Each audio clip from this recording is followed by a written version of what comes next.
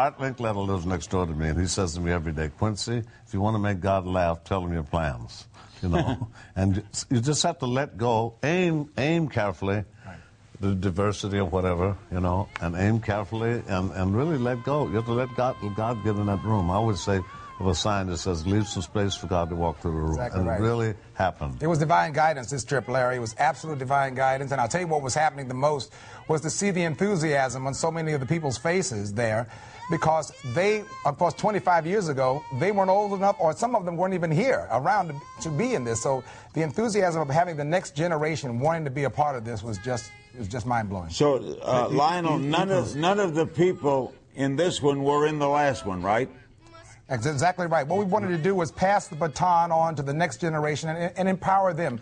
Exactly. To give them an opportunity to understand their social awareness and to give them a chance to be a part of history. I mean, this is wonderful for them. And, of course, I was inspired to see, again, my daughter at 5 years old came to me, and she said, Dad, we just learned a brand new song in school, We Are the World. I understand you wrote it with Michael Jackson. And I fell out laughing. At that point, I realized there's going to come a time when we have to pass this wonderful legacy on to the next generation.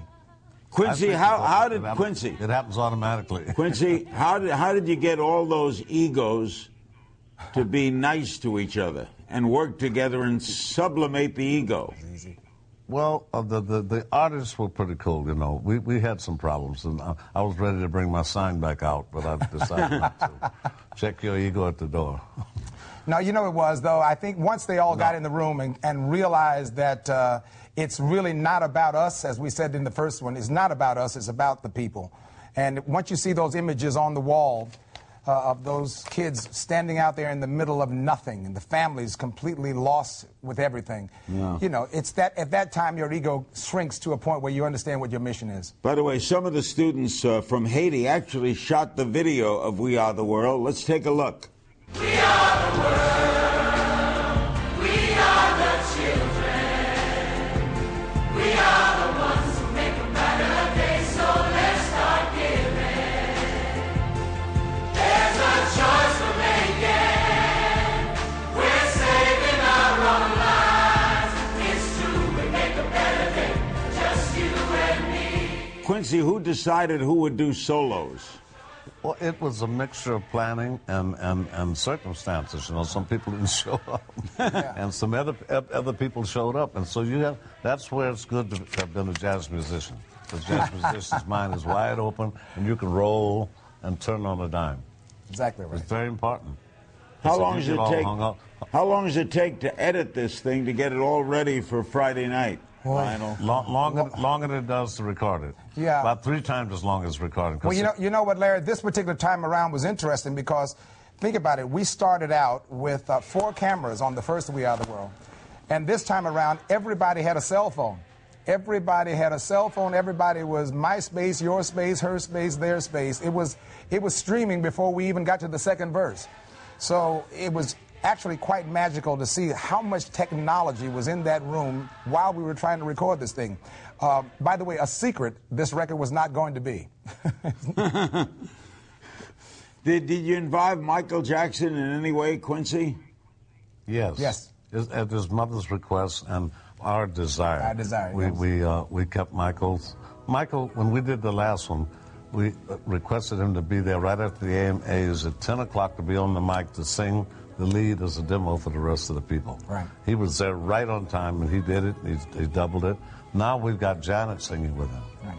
But to have his voice in there, I must tell you, to have his presence, I must admit he was missed last night, just in body. But I must tell you, to have his voice in there was just inspiring. And what about Quincy? What about having rappers instead of rockers?